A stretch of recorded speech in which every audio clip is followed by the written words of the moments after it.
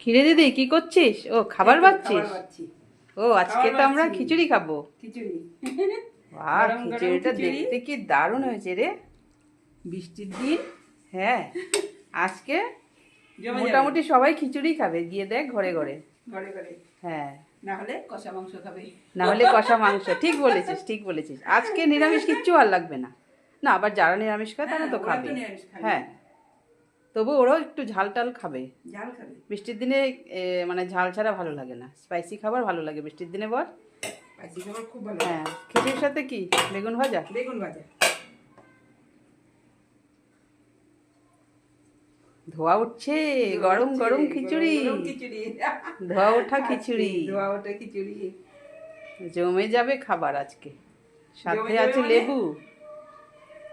দৌড়াবে। হ্যাঁ।